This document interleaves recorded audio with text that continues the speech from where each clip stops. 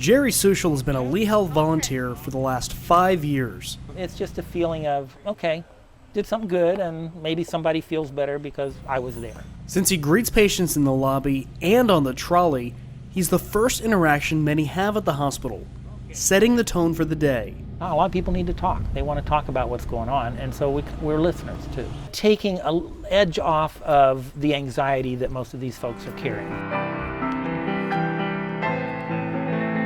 Before the pandemic, Lee Health had about 3,000 volunteers.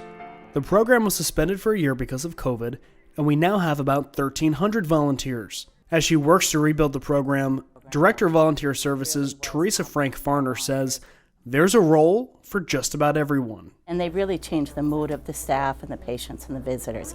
It's just that friendly smile, that hello, how are you today, that truly makes a difference. Whether it's the trolley, gift shop, post office, piano, or pet therapy, there are many ways you can help. It gives me a couple days a week where I'm involved, where I feel like, okay, I made a difference, even if it's one person. If you're interested in applying, visit the volunteer tab on leehealth.org.